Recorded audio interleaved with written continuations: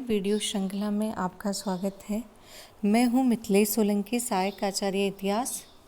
विश्व इतिहास के इस भाग में बीए तृतीय वर्ष के पाठ्यक्रम के पेपर द्वितीय के प्रथम यूनिट अमेरिकी गृह युद्ध। इस भाग में हम अमेरिकी सिविल वॉर के बारे में पढ़ेंगे। इससे पूर्व अमेरिका की स्थिति कैसी थी, अमेरिकी गृह युद्ध के कौन से कारण थे, अमेरिकी गृह युद्ध की शुरुआत, अमेरिकी गृह युद्ध में अब्राहम लिंकन की भूमिका और गृह युद्ध के परिणाम और प्रभावों पे इस अध्याय में हम चर्चा करेंगे। अमेरिका का गृह युद्ध उत्तरी और दक्षिणी राज्यों में होने वाला एक क्रांति थी। अमेरिकी गृह युद्ध अमेरिकन सिविल वार सन 1861 से 1865 के काल में संयुक्त राज्य अमेरिका के उत्तरी राज्यों और दक्षिणी राज्यों के बीच में लड़ा जाने वाला एक गृह युद्ध था, जिसमें उत्तरी राज्य विजय हुए। इस युद्ध में उत्तरी राज्य अमेरिका की संघीय एकता बनाए रखना चाहते थे और पूरे देश से दास प्रथा को हटाना चाहते थे। अमेरिकी इतिहास में इस पक्ष को औपचारिक रूप से यूनियन या संघीय कहा जाता था और अनौपचारिक रूप से यंकी कहा जाता था। दक्षिणी राज्य अमेरिका से अलग होकर परिसंघीय राज्य अमेरिका का नाम का एक नया राष्ट्र बनाना चाहते थे, जिसमें यूरोपीय मूल के श्वेत वर्णीय गोरे लोगों को अफ्रीकी मूल के कृष्ण वर्णीय काले लोगों को गुलाम बनाकर खरीदने बेचने का अधिकार हो। दक्षिणी पक्ष को औपचारिक रूप से परिसंघीय और अनौपचारिक रूप से रेबेल विद्रोही या डिक्सी कहा जाता था। इस युद्ध में लगभग 6,20,000 अमेरिकी सैनिक मारे गए। तुलना के लिए सभी भारत पाकिस्तान युद्धों को और 1962 के भारत चीन युद्ध को मिलाकर देखा जाए तो इन सभी युद्धों में 15,000 से कम भारतीय सैनिक मारे गए थे। ये क्रांति क्यों हुई, इसके पीछे इसके भौगोलिक स्थिति को भी हम जिम्मेदार मान सकते हैं। जैसा कि विश्व के इतिहास में अगर उत्तरी अमेरिका के नक्शे को हम देखें तो उत्तरी, मध्य और दक्षिणी राज्यों पे हम चर्चा करेंगे। उत्तरी राज्यों में क्षेत्र प्रभाव वाले क्षेत्र थे, जबकि दक्षिणी राज्य में जो है कृषि प्रधान देश थे। उत्तरी राज्यों में जहाँ पे उद्योग का विस्तार था, क्योंकि वहाँ पे कृषि नहीं हो सकती थी, वहीं पे दक्षिणी राज्यों में अच्छी कृषि भूमि मानी जाती थी। यहाँ पे अगर हम 3 भागों में डिवाइड करें तो उत्तरी भाग में मैसाचुसेट्स, न्यू हैम्पशायर, रोड्स द्वीप ये पहाड़ी और बर्फीले क्षेत्र थे, अतः कृषि के लायक नहीं थे। इंग्लैंड को यहाँ से मछली और लकड़ी प्राप्त होती थी।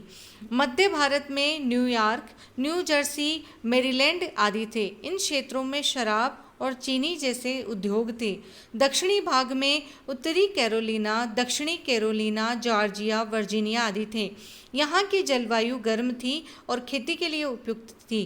इस क्षेत्र में अनाज, गन्ना, तंबाकू, कपास, बागानी फसलों का उत्पादन होता था। इन उपनिवेशों में 90% अंग्रेज और 10% डच, जर्मन, फ्रांसीसी, पुर्तगाली आदि थे। इस तरह ये पश्चिमी दुनिया यूरोप के विभिन्न देश के निवासी तथा नई दुनिया सामाजिक वातावरण मिश्रित संस्कृति का एक हिस्सा थी।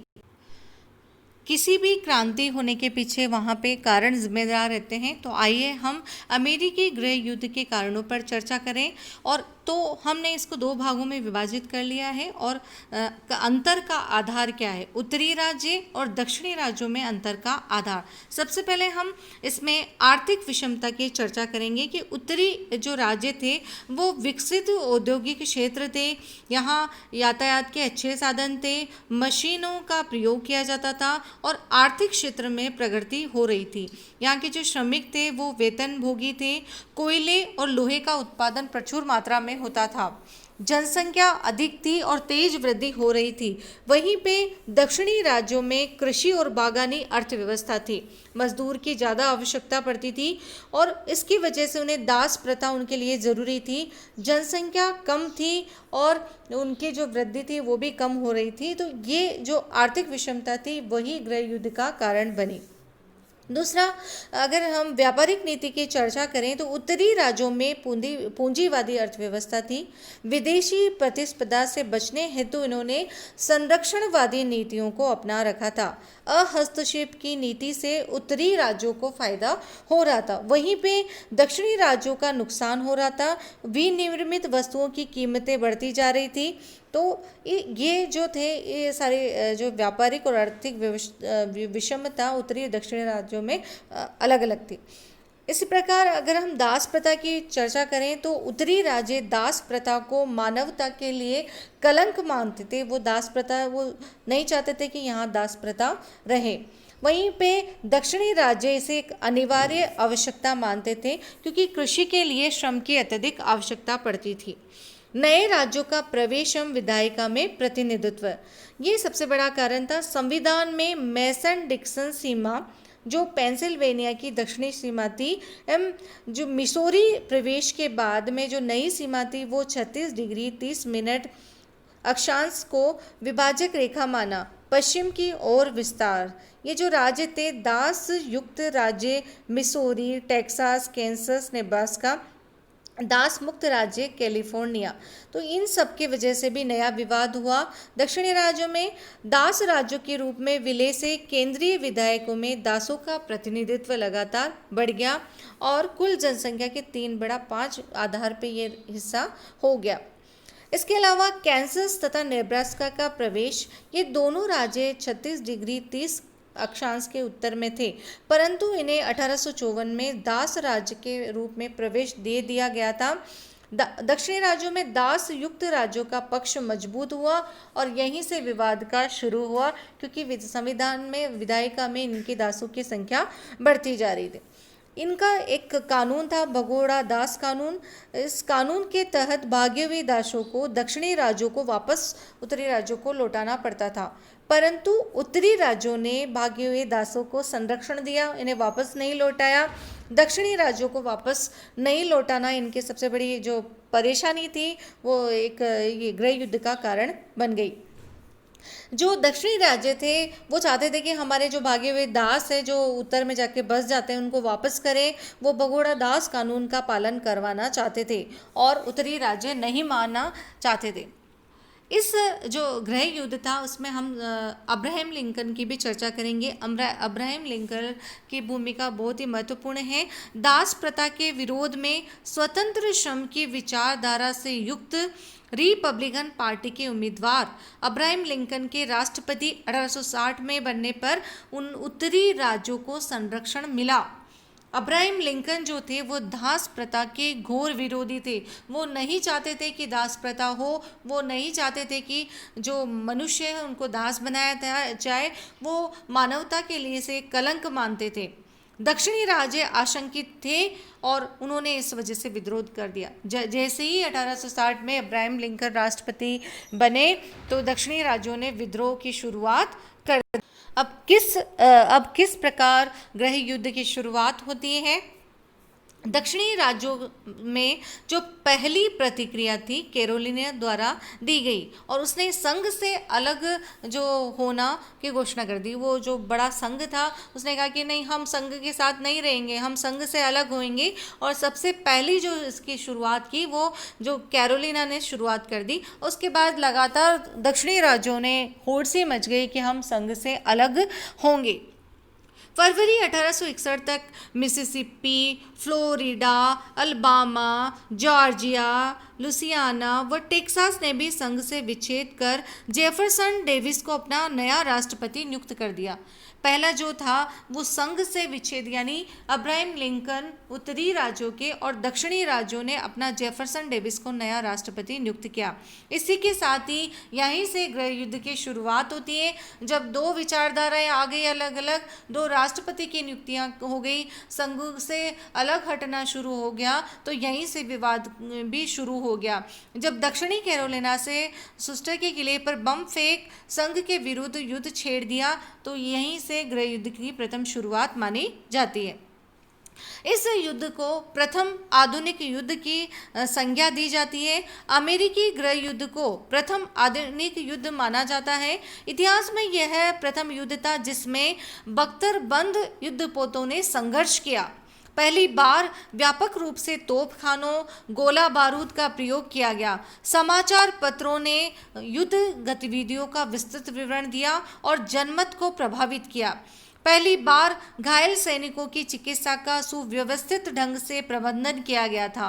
भूमिगत तथा जलगत सुरंगें बिछाई गई थी और युद्धपोतों को डुबा देने वाली पनडुब्बियों का भी इस युद्ध में प्रयोग किया गया था।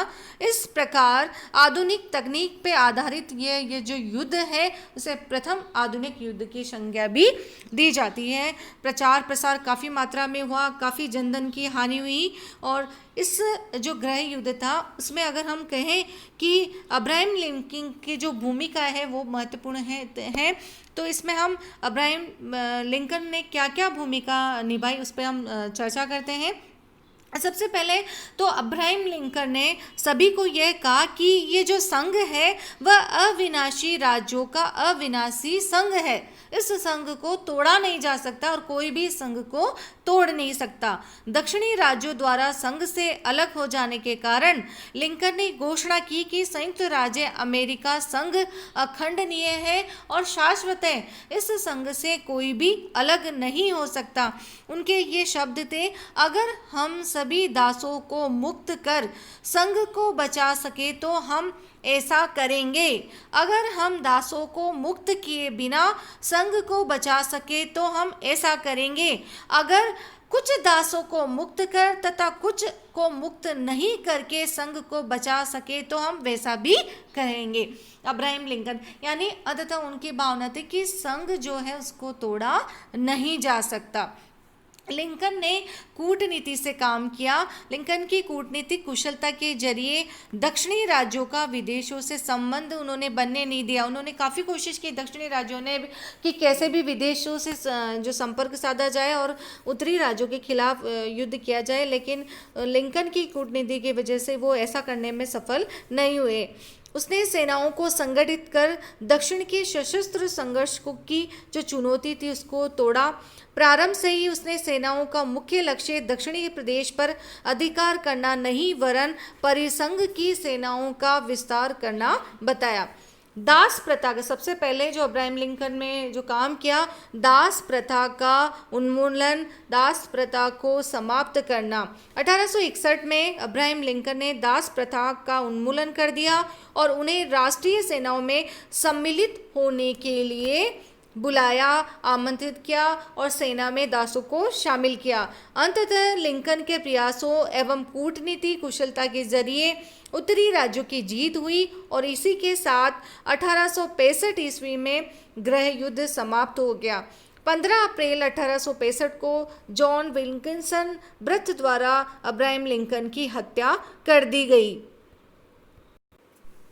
अमेरिका की जो गृह युद्ध है क्यों इम्पोर्टेंट है, इसका जो है क्या प्रभाव पड़ा विश्व पर, तो हम इसके परिणाम और प्रभावों पे अगली चर्चा करेंगे। तो इसके फलस्वरूप मजबूत राजनीतिक संरचना का निर्माण हुआ। जो उत्तरी और दक्षिणी राज्य अलग होना चाहते थे वो ऐसा नहीं हो सका और एक मजबूत राजनीतिक संरचना का निर्माण हुआ, यानी अविनाशी राज्यों का अविनाशी संघ की सिद्धांत की पुष्टि हुई। दूसरा, सामाजिक मूल्यों में परिवर्तन। दास प्रथा की समाप्ति कर दासों को मतदान का अधिकार दिया गया। इसका एक नकारात्मक पक्ष ये रहा कि निग्रो एवं श्वेतों का संघर्ष बना। दोनों जब काले और गोरों का यहाँ पे संघर्ष बना। गृह युद्ध की अर्थव्यवस्था के कारण शीघ्र धनवान बनने की जो प्रवृत्ति थी मनुष्यों में उसका विकास हुआ और जब व्यक्ति अत्यधिक पैसा कमाना चाहता है तो भ्रष्टाचार बढ़ता है और कुछ अंशों में माने तो समाज का नैतिक स्तर भी गिरा। अमेरिका का एक औद्योगिक राष्ट्र के रूप में उद्भव हुआ। दक्षिणी राज्यों का भी औद्योगिकरण किया गया। 1864 ईस्वी में राष्ट्रीय बैंक अधिनियम, आधुनिक संचार सुविधाओं का जाल जिसमें जो टेलीग्राफ लाइन है, टेलीविज़न है, महाद्वीपीय रेल मार्ग का निर्माण किया गया। पूंजीवाद एवं मुक्त अर्थव्यवस्था, विलयन और समेकन जैसे यूनाइटेड स्टेट्स स्टील कंपनी में लगभग 200 विनिर्माण और परिवहन ट्रांसपोर्ट कंपनियां एकीकृत हो गई।